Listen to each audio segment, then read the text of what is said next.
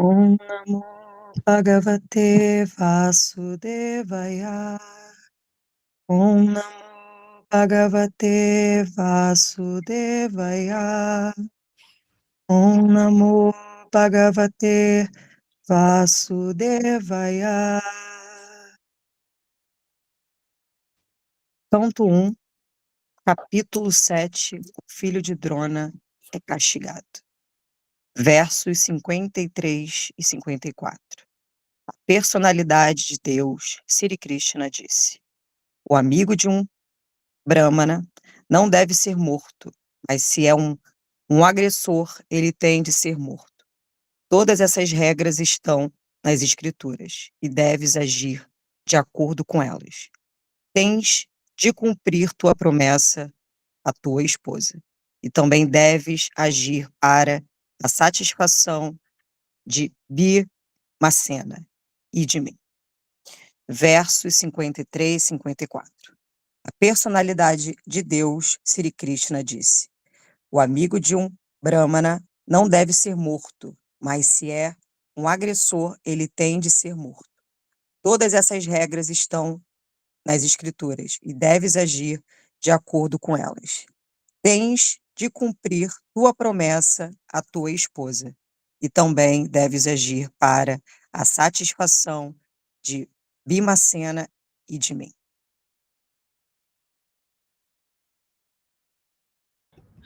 Obrigado, Brenda. Eu vou ler aqui o sânscrito. Om Shri Bhagavan Uvacha Brahma Bandhurna Hantavya Atatai Vadharhana Mayavubhayam Amnatam Paripahi Anusasanam Guru Pratishrutam Satyam Yatat Sanchavayata Priyam Cha Bimasenasya Panchalya Mayam Evacha.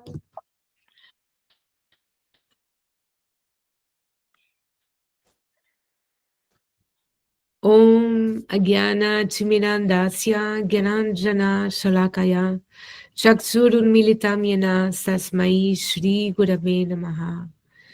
Hare Krishna, Krishna Krishna, Hare Hare, Hare Rama, Rama Rama, Hare Hare. Ó energia suprema, amor divina, desperta-me, eleva-me, envolve-me, protege-me. Hari Om, Shanti, Namaste, Om Tat Sat.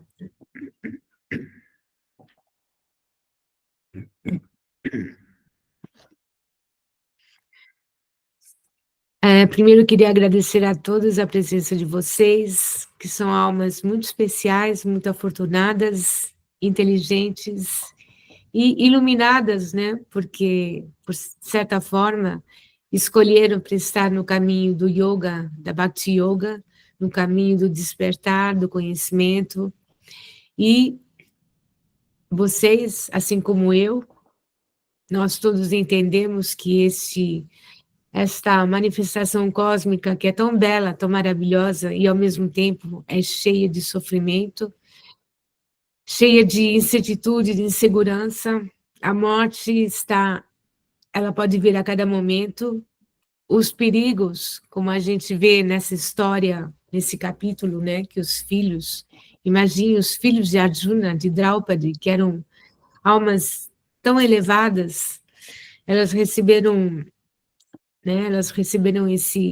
ganharam esse sofrimento, né, essa tragédia que aconteceu, de ter tido os filhos assassinados de Draupadi. Então, esse mundo, como dizem os sábios das Escrituras, ele é cheio de perigos. A cada instante é um perigo. E o maior perigo é a nossa mente. A mente está bem coladinha, né?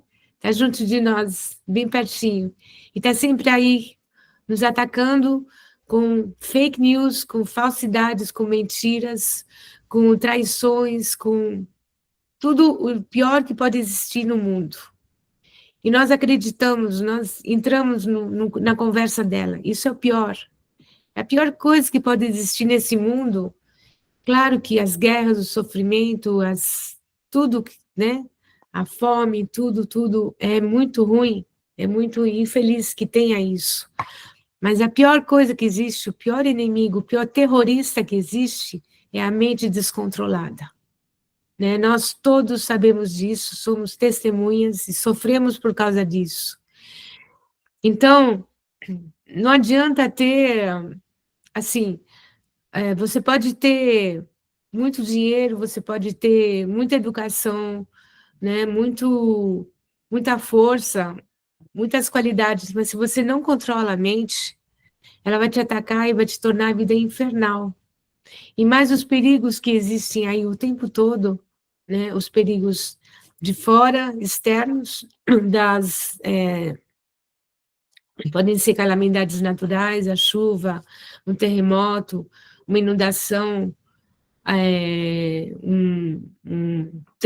como é que chama? Quando a terra, um terremoto, etc.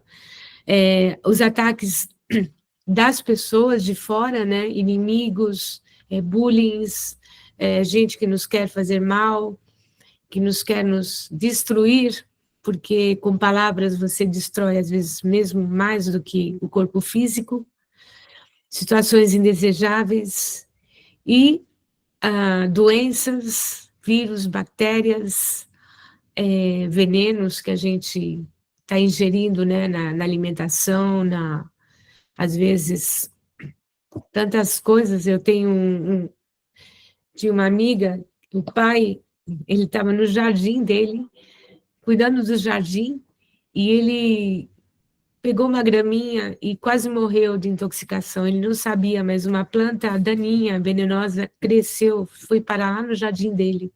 Então, o perigo está em cada momento. Por isso que os sábios estão sempre martelando. Não se afaste do conhecimento, não se afaste do caminho, do Dharma, porque nós somos um grande perigo aqui. A vida humana ela é muito preciosa, a forma de vida humana é muito preciosa, é muito rara de se obter. Olha quantos pássaros, peixes, insetos, bactérias, são milhões, trilhões infinitas. Quantos animais? Menos, né? Espécies animais, tem menos. E a espécie humana, olha que rara que ela é. É muito rara, ela é muito sofisticada, muito elaborada, refinada para a gente desperdiçar. Então, tudo que nós colocamos dentro do corpo, que sejam comida, alimentação, o que nós cheiramos, o que nós ouvimos, tudo isso afeta a mente e afeta o corpo, porque o corpo e a mente fazem um só. As emoções, a mente, o corpo, tudo fazem um só. A medicina alopática, ela separa, né, em compartimentos. Ah, você tem dor do intestino, toma uma pílula para o intestino. Você tem dor no coração, toma uma pílula para o coração. Você não consegue dormir, então toma uma pílula para dormir. Você tem ansiedade, TDAH, toma uma pílula para diminuir o hormônio e tal. Isso é totalmente ridículo, ignorante, porque tudo tem uma causa que está no corpo emocional. E nós todos sabemos disso. Então, nós temos que ir na causa do problema. A causa do problema é, primeiramente, a identificação com o corpo, com esse personagem, que é falso, que é temporário e ilusório. E a segunda causa do nosso sofrimento emocional ou físico é o descontrole da mente.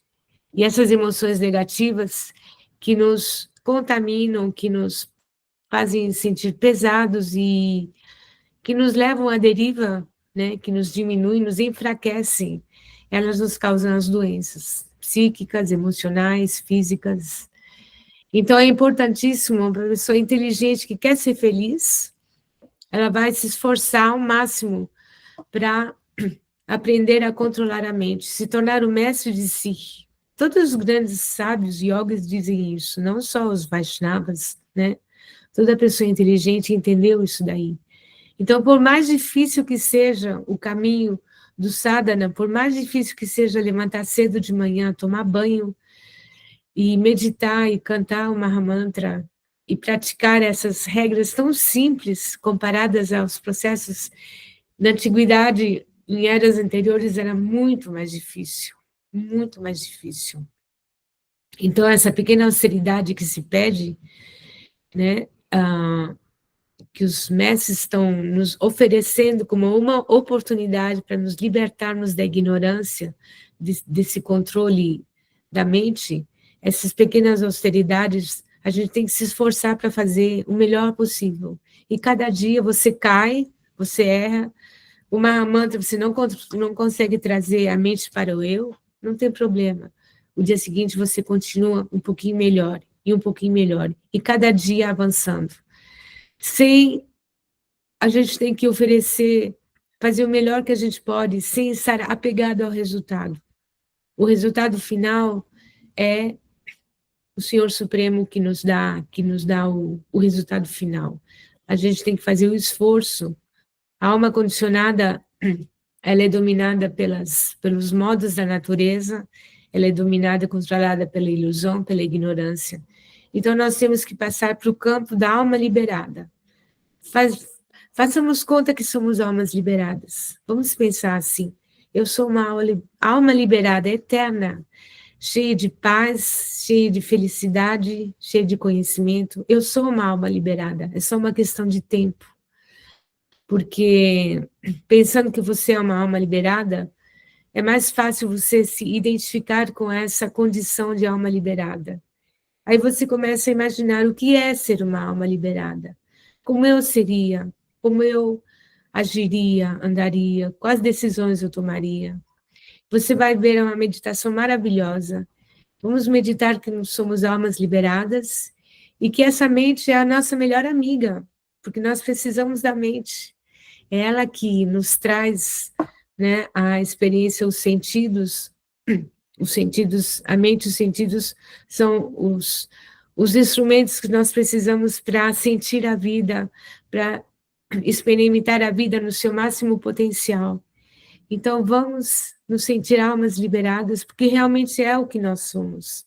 E está no DNA de cada alminha, de se libertar e despertar na transcendência. Só que nós não sabemos disso. Então, vamos imprimir esse conhecimento como uma tatuagem, como hoje em dia a tatuagem é tão, né, está tão na moda, e vamos tatuar na nossa alma essa compreensão que nós somos almas eternas liberadas.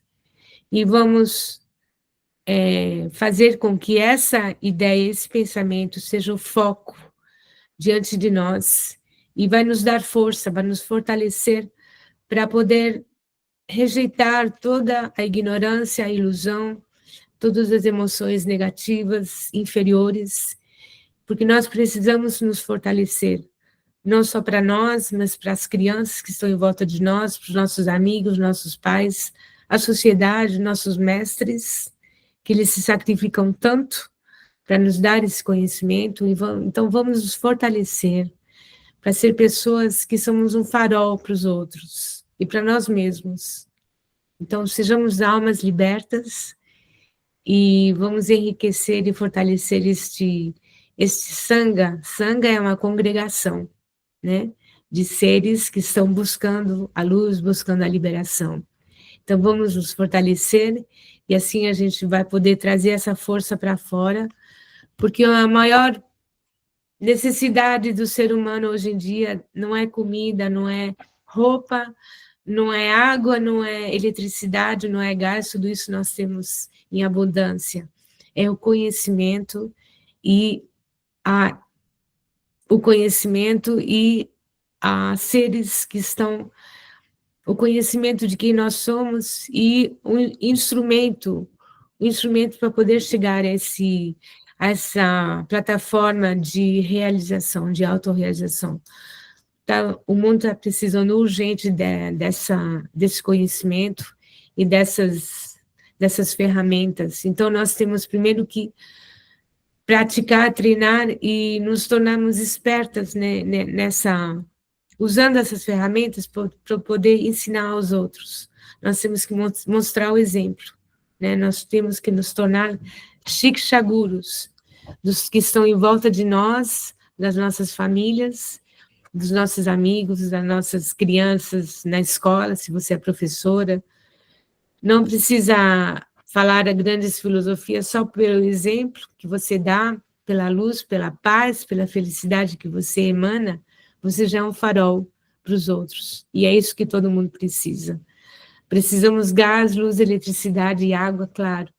Mas quando a gente tem tudo isso, falta o principal, que é esse farol de luz, de paz, de felicidade, para nos guiar para nosso objetivo supremo. Então, eu vou parar por aqui.